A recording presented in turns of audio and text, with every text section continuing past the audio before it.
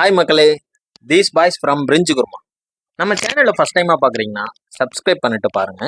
இந்த வீடியோ வந்து பாத்தீங்கன்னா நம்ம சேனல்ல இது வரைக்கும் வந்திருக்காது. முதல் தடவை ட்ரை புது கான்செப்ட், புது கான்செப்ட். இது வரைக்கும் பப்ளிக் ரிவ்யூ எடுத்திருப்போம். யூடியூப் வரலாறுல இந்த மாதிரி வீடியோ வந்ததே கிடையாது. யூடியூப் வரலாறு கிடையாது, இந்திய வரலாற்றிலேயே முதல் முறையாக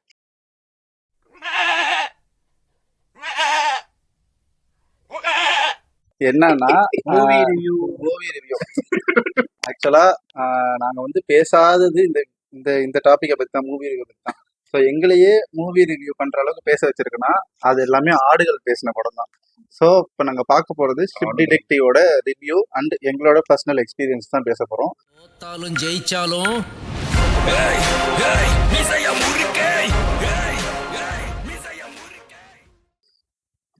ஆக்சுவலா அதை இன்னொரு இதாகவும் சொல்லலாம், ஆடுகளோட ஆடுகளம். இப்போ நம்ம பார்க்க போகிற படம் என்னன்னு பார்த்தீங்கன்னா ஷீப் டிடெக்டிவ். அது வந்து இப்போ 2024 ரிலீஸ் ஆயிருக்கு. கெயில் பால்டா அவர் தான் வந்து இந்த படத்தை டைரக்ட் பண்ணியிருக்காரு. இதில் வந்து ஹியூ ஜாக்மேன் ஒரு இம்பார்ட்டன்ட் ரோலில் நடிச்சிருக்காரு. இப்போ இந்த படத்தை பற்றி நம்ம இவங்களோட கதை டிஸ்கஷன் நம்ம பார்த்தது வரைக்கும் அந்த மூவி ஸ்டார்ட் ஆனோடனே அந்த ஹீரோ ஜார்ஜ்னு ஒரு கேரக்டர் வருவாரு. ஸோ அவர் வந்து காட்டினோடனே அவர் ஒரு நல்லவர் தான், அவர் வந்து நல்ல நல்ல வேலை தான் பார்ப்பாருன்றதுக்கான ஒரு இன்ட்ரோடக்ஷனை கொடுத்துருப்பாங்க. ஸோ அது எப்படின்னா, ஃபார் எக்ஸாம்பிள் நான் சொல்றேன் பாருங்க. இப்போ வந்து தேவர் மகன்ல வந்து அவங்களுக்கு அப்பாவா நடிக்கணும், இல்லை படையப்பால ஒருத்தர் அப்பாவா நடிக்கணும்னா அவர் நல்லவரா இருக்கணும்ன்றது வந்து பேக்ரவுண்ட்ல நம்ம போடணும் தேவையில்லை. நல்லவர் ஒருத்தர் கேரக்டராகவே போட்டோம்னா, சிவாஜி கணேசனை போட்டோம்னா அவர் நல்லவராக தான் இருப்பாரு, அவருக்குன்ற ஒரு பேக் ஸ்டோரி தேவையில்லைன்ற மாதிரி இவர் அந்த அந்த ஸ்டேட்மெண்ட்டோட வந்து நிற்பாரு. ஒரு ஒரு இடத்துல வந்து நிற்பாரு, பேக்ரவுண்ட்ல அப்படியே இந்த வெர்டிகல் சீன் ஒன்று ஓடிட்டு இருக்கும். ஸோ அந்த இடத்துல இருந்தே தெரியும் இவர் வந்து ஒரு ஷெப்பர்டு அப்படின்ற மாதிரி நமக்கு புரிய வச்சிருவாங்க. ஸோ லேட்டர் ஆன் கதை மூவ் ஆகும்போது அவர் ஒரு இன்சிடென்ட்ல இறந்து போற மாதிரி ஒரு சீன் வரும். ஸோ அந்த சீனுக்கு அப்புறம் தான் ஒரு ஒரு ட்விஸ்ட் அண்ட் டேர்ன்ஸ் வரும். இந்த ட்விஸ்ட் அண்ட் டேர்ன்ஸ் எல்லாம் ரிசால்வ் பண்றது அவர் வளர்த்த ஆடுகளாக தான் இருக்கும். அந்த ஆடுகளுமே எப்படி ரிசால்வ் பண்ணுறதுன்னா, இவர் என்ன பண்ணுவார், டெய்லி நைட் வந்து ஸ்டோரி சொல்லுவார். அந்த ஆடுகள்லாம் உட்கார வச்சு ஸ்டோரி சொல்லுவார். அதுங்களுக்குள்ள அதுங்களோட லாங்குவேஜில் பேசிக்கோங்க, இது இவங்க இதான் பண்ணியிருப்பாங்க, இவங்க இதான் பண்ணியிருப்பாங்க அப்படின்னு. நாங்கள் எல்லாத்தையுமே ஸ்பாயில் பண்ண விரும்பலை. ஸோ நீங்கள் படம் பார்த்தீங்கன்னா நான் சொல்கிறது எல்லாமே பிளாட் எல்லாமே புரியும். ஸோ எப்படி இதை கண்டுபிடிக்கிறாங்க, யாரெல்லாம் இந்த படத்துக்கு வரா, நம்ம பார்த்துருப்போம். நம்ம தமிழ் சினிமாவில் குறையா சொல்லலை. ஸோ எவ்வளோ கேஸ்டிக் யூஸ் பண்ணியிருப்பாங்க, எவ்வளோ க்ரூ யூஸ் பண்ணியிருப்பாங்க. ஒரு படத்துக்கு 4-5 மியூசிக் டைரக்டர்லாம் வச்சுருப்பாங்க. இது மொத்தமாக ஒரு 10 ஆடு 10 மனுஷங்க, இவ்வளவுதான் படமே. ஸோ அந்த படத்துலயே இந்த இது எல்லாமே வந்துடும். அதுலயுமே அவரோட ஃபேமிலி ஸ்டோரிஸை காட்டியிருப்பாங்க, லவ் போர்ஷன்ஸ் காட்டியிருப்பாங்க, ஒன் சைட் லவ்வா காட்டியிருப்பாங்க.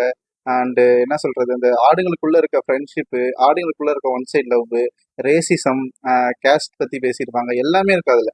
ஸோ இந்த ரீசெண்டாக வந்த படத்துல நாங்கள் பேசணும்னு வந்திருக்கோம்னா, ஸோ அந்த படத்துல அவ்வளோ இருக்கு.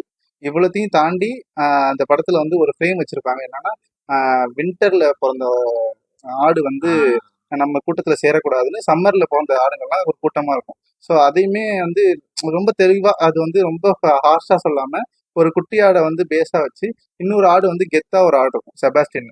ஸோ அந்த ஆடுமே அந்த லெவல்ல தான் அது இருக்குன்ற மாதிரி. அது ஆனால் தனியா இருக்கு, அது வந்து என்ன சொல்றது, ஒரு கிங் பொசிஷன்ல இருக்குன்னு சொல்லுவாங்க. ஆனா அதுக்கோட உள் உணர்வுக்கு தான் தெரியும் நம்ம வந்து வின்டர்ல பிறந்திருக்கோம், அதனால நம்ம ஒதுக்கப்பட்டோம், அதனால நம்மளே வெளியே போயிடுவோன்ற மாதிரி அதோட பேக்ரவுண்ட் ஸ்டோரி காட்டியிருப்பாங்க. பட் ஆனால் அதுதான் ஹீரோ படத்துல வந்து செபாஸ்டின்ற கேரக்டர் தான் ஹீரோ. அது போனதுக்கு அப்புறம் அது ஒரு இன்சிடென்ட்ல அது வந்து இறந்துரும். அதுக்கப்புறம் அந்த குட்டி ஆடு வந்து அதோட பிளேஸை ரீப்ளேஸ் பண்ற மாதிரி ஒரு ஃபிளேம் வச்சிருப்பாங்க. அதெல்லாம் இருக்கும், நல்லா இருக்கும். அதை வந்து நான் இங்க இந்த இடத்துல எங்கேயாவது போடுறேன் பாருங்க. உங்களோட எக்ஸ்பீரியன்ஸ் ஃபர்ஸ்ட் படம் பாக்குறவங்க எல்லாருக்குமே அது வந்து ஒரு இங்கிலீஷ் மூவி, ஹாலிவுட் மூவி இதெல்லாம் நம்ம பார்க்க மாட்டோன்ற ஒரு கியூரியாசிட்டியில தான் இருப்பாங்க. ஸோ நம்பி பார்க்கலாம். நல்ல படம், நல்ல கேஸ்ட் அண்ட் க்ரூ. இதுல வந்து அண்டர் ரைட்டட் யாருன்னா அதுல ஒரு காப் வருவாரு. அது ஃபர்ஸ்ட் ஒரு காமெடியன் மாதிரி காட்டுவாங்க. பட் ஆனா அந்த காப்பு தான் எல்லா பிளாட்டையும் உடைப்பாரு, எல்லா ட்விஸ்ட் அண்ட் டர்ன்ஸையும் உடைப்பாரு. இவன் தான்ற மாதிரி டக்குன்னு ஸ்பார்க் ஆகும். அவர் வந்து ஒரு முட்டாளா தான் காட்டியிருப்பாங்க ஸ்டார்டிங்ல. ஆனா அவர் தான் இன்டெலிஜென்ஸ் யூஸ் பண்ணி, ஏன்னா ஆடுகளுக்குள்ள பேசுறது புரியும், ஆனா மனுஷங்களுக்கு புரிய வைக்கணும், அதை வந்து அவர் புரிஞ்சுக்கணும். ஸோ இது வந்து கரெக்டான சுச்சுவேஷன்ல அவரோட மைண்ட் ஒர்க் ஆகும். அப்போ வந்து அவர் வெறும் கான்ஸ்டபிளோ பிசிஓ தான். அந்த அந்த ஊர்ல ஒரு 50 வீடு நம்ம தான் இருக்கிற மாதிரி கதை இருக்கும். அந்த 50 வீட்டுக்கு பிசி போதுன்ற மாதிரி அந்த கவர்மெண்ட் அனௌன்ஸ் பண்ணியிருப்பாங்க. அவரே எல்லாத்தையும் சால்வ் பண்ணிடுவாரு. இன்னொன்னு வந்து அந்த ஏரியால வந்து பாத்தீங்கன்னா கிரைம் ஸ்டோரி அந்த மாதிரி எதுவுமே நடந்ததே கிடையாது. எல்லாமே ஸ்மூத்தா தான் போயிட்டு இருக்கும். ரெண்டாவது அந்த கான்ஸ்டபிள் சொன்னவர் வந்து காப்பு வந்து பாத்தீங்கன்னா ஒரு ஒரு மாதிரி பயந்த சோபகம் உள்ளவர். ஸோ அவருக்கு வந்து பாத்தீங்கன்னா யதார்த்தமா அவரு இந்த ஷீப்ஸ் தான் வந்து அவங்களுக்கு வந்து ஒரு மாதிரி ஹெல்ப் பண்ணும். அதை இவர் அண்டர்ஸ்டாண்ட் பண்ணிக்கிட்டு இவர் வந்து ஒவ்வொரு ஸ்டெப்பா எடுத்து வைப்பாரு. அந்த இப்ப இவர் சொன்னார்ல ஷெப்பர்டு வந்து புக் ஸ்டோரி சொல்லுவாங்கன்னா அது எந்த மாதிரி ஸ்டோரிஸ்ன்னு வந்து பாத்தீங்கன்னா crime story, suspense and thriller. So இது மாதிரி இது அதுல ஸ்டோரி சொல்றதுல வந்து பாத்தீங்கன்னா ஒரு ஆடு இருக்கும். ஆடோட பேர் வந்து பாத்தீங்கன்னா லில்லி. லில்லி தான் கொஞ்சம் என்ன சொல்றது இன்டெலிஜென்ட்டுங்கிற மாதிரி. அது எப்படி காட்டியிருப்பாங்கன்னா லில்லி வந்து ஜார்ஜோட ஒய்ஃபா காட்டியிருப்பாங்க. சோ ஜார்ஜோட ஒய்ஃப் லில்லின்றதுனால அந்த லில்லி வந்து ஷிப்பா இருக்கும்போது இன்டெலிஜென்ஸா இருக்கும். அதுகிட்ட மட்டும் பர்சனலா கான்டாக்ட் வச்சிருக்க மாதிரி, அதாவது லில்லி வந்து என்னை வந்து எப்படி இருந்தாலும் புரிஞ்சுக்குன்ற மாதிரி ஒரு டைலாக்குமே அதுல வரும். நான் முகம் வாடினாலும் லில்லி கண்டுபிடிச்சிரும், நான் சந்தோஷமா இருந்தாலும் லில்லி கண்டுபிடிச்சிரும் அப்படின்றது வந்து கடைசியில தான் அந்த ட்விஸ்ட் வந்து பிரேக் பண்ணுவாங்க. என்னன்னா அவங்களோட ஒய்ஃப் பேரு லில்லி அப்படின்ற மாதிரி சொல்லுவாங்க. சோ லில்லியோட ஆத்மாவே அந்த ஆட்டுல இருக்கிற மாதிரி தான் அவர் வந்து நினைச்சு வளர்த்துட்டு இருப்பாரு, இமேஜின் பண்ணிட்டு அந்த வாழ்ந்துட்டு இருக்காரு. ஸோ அது அதுலயும் பாத்தீங்கன்னா அவரு ஒரு ஹோட்டல்காரமா வந்து ஒன் சைடா லவ் பண்ணுவாங்க.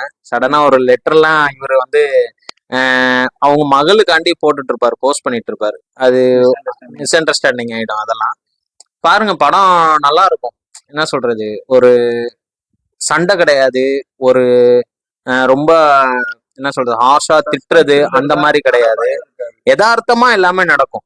இந்த இந்த ஆடுங்க இருக்கு பாத்தீங்களா, அதுங்க வந்துட்டு இவர் இறந்ததுக்கு அப்புறம் ஃபார்மை விட்டு வெளியே வருங்க. வெளியே வரப்ப ஒரு மீட்டிங் மாதிரி இந்த கொலை நடந்ததை பத்தி இன்வெஸ்டிகேஷன் நடத்திட்டு இருப்பாரு அந்த காப்பு. ஸோ அப்போதைக்கு எல்லாம் பாத்தீங்கன்னா இந்த ஆடுங்கனாலேயே அவருக்கு ஒரு ஐடியா கிடைக்கும். இதுங்க யதார்த்தமா போயிட்டு உழுவும் பாத்தியா. அதுல வந்து பெரிய சீன் வந்து நம்ம மனுஷங்களும் எடுக்க வேண்டியது என்னன்னா, நம்ம அதோட கால் வந்து புல்லுல தான் பட்டிருக்கும் அப்படின்ற மாதிரி சொல்லுவாங்க, தரையிலேயே பட்டிருக்காது. ஆனா செபாஸ்டின்ற கேரக்டர் வந்து ஊர் ஃபுல்லா சுத்தி வர மாதிரி காட்டியிருப்பாங்க. அந்த செபாஸ்டின்றவர் வந்து அந்த அந்த கேரக்டர் வந்து மோட்டிவேட் பண்ணும், நீங்க வந்து ரோட்ல எல்லாம் காலை வச்சாதான் இந்த மாதிரி இஷ்யூ எல்லாம் சால்வ் பண்ண முடியும் அப்படின்ற மாதிரி. அது ஒரு கேரக்டரா அவங்க அந்த புல்தரையை விட்டு ரோட்டு கூட்டிட்டு வர்றது வந்து ரொம்ப மோட்டிவேஷனலா இருக்கும், ரொம்ப இதா இருக்கும். அதெல்லாம் வந்து என்ன சொல்றது, நிறைய இப்ப பயந்துட்டு இருக்கிறவங்க, இன்ஃபீரியாரிட்டி காம்ப்ளெக்ஸ்ல இருக்கிறவங்க எல்லாம் பார்க்கணும். பார்த்தாங்கன்னா ஸோ நம்ம இதை பிரேக் பண்ணி அடுத்த ஸ்டெப் எடுத்து வச்சோம்னா நம்ம வந்து லைஃப்ல எங்கேயோ போயிடலாம், நம்மளால முடியாது எதுவுமே இல்லை அப்படின்ற மாதிரி ஒரு கேரக்டர். அதாவது அந்த இது என்னன்னா நமக்கு தெரியாதுதான் இருக்கும், ஆனா முடியாது எதுவுமே இருக்காது. தெரிஞ்சுக்கிட்டீங்கன்னா அதை நம்ம முடிச்சிடலாம். முடியாதது எதுவுமே கிடையாது, தெரியாததுதான் இருக்குன்ற மாதிரி அந்த லைன் இருக்கும். ரோடு கிராஸ் பண்றது இருக்கும். அதே மாதிரி அது வந்து பிளாக்கா இருக்கும், அவங்க நிக்கிற இடம் வந்து கிரீனா இருக்கும். அதாவது கம்ஃபர்ட் ஜோன் வந்து கிரீன், உங்களோட பிளாக் வந்து அஃபென்ஸ். ஸோ நீங்க அஃபென்ஸை வந்து எதிர்த்து வந்தாதான் நீங்க அடுத்த கிரீனுக்கு வர முடியுன்ற மாதிரி அந்த நெக்ஸ்ட் லெவல் வந்து அமைஞ்சிருக்கும், இம்ப்ரூவ் பண்ண முடியும். இப்போ எனக்கு வந்து இந்த படத்துல பிடிச்ச விஷயங்கள்னு பாத்தீங்கன்னா, படம் தொடங்கும் போதே வந்து அதோட கிரியேட்டிவிட்டி வந்து பயங்கரமா இருக்கும். ஓபன் பண்ணும்போதே அந்த எம்ஜிஎம்மோட லோகோ போடுவாங்க. அப்ப எம்ஜிஎம்மோட இந்த மெட்ரோ கோல்டன் மேல் போடும்போது அந்த சிங்கம் கத்துற இது வந்து பாத்தீங்கன்னா ஆடு கத்துற மாதிரி மியூசிக் வரும். அந்த மாதிரி ஒரு இது வரும். அதுல இருந்தே அவங்களோட படத்துல கிரியேட்டிவிட்டியை வந்து ஆரம்பிச்சிருவாங்க. அதுக்கப்புறம் வந்து படம் போகும்போதே பாத்தீங்கன்னா இந்த ஆடுகள்லாம் வந்துட்டு அதுங்களுக்குள்ள வந்து அதுங்க பேசிக்கிறது, அவங்க கம்யூனிகேட் பண்றதெல்லாம் காட்டுவாங்க. ஆனா மக்களுக்கு வந்து பார்க்கும்போது அந்த ஆடு கத்துற மாதிரி தான் இருக்கும். அந்த மாதிரி வந்து அவங்க கரெக்டா அந்த படத்தை வந்து ஒரே லாஜிக் மீறாம எடுத்திருப்பாங்க. பிளஸ் வந்து ஒரு இடத்துலயுமே அந்த ஆடு வந்து கரெக்டா போய் அந்த போலீஸ்மேனுக்கு வந்துட்டு போய் க்ளூ கொடுத்து அந்த போலீஸ்மேனும் சொல்லுவாரு, எனக்கு ஒரு பெரிய விஷயம் கண்டுபிடிக்கும் போதுமே இந்த ஆடுகள் வந்து நிக்குதுன்னு சொல்லி. அதே மாதிரி படம் முடிகிற கட்டத்துலயுமே அவர் சொல்லுவாரு, இவங்க தான் வந்து இந்த ஆடுகள் தான் என்னோட ஃப்ரெண்ட்ஸ் அப்படின்னு சொல்லி அவர் சொல்லுவாரு.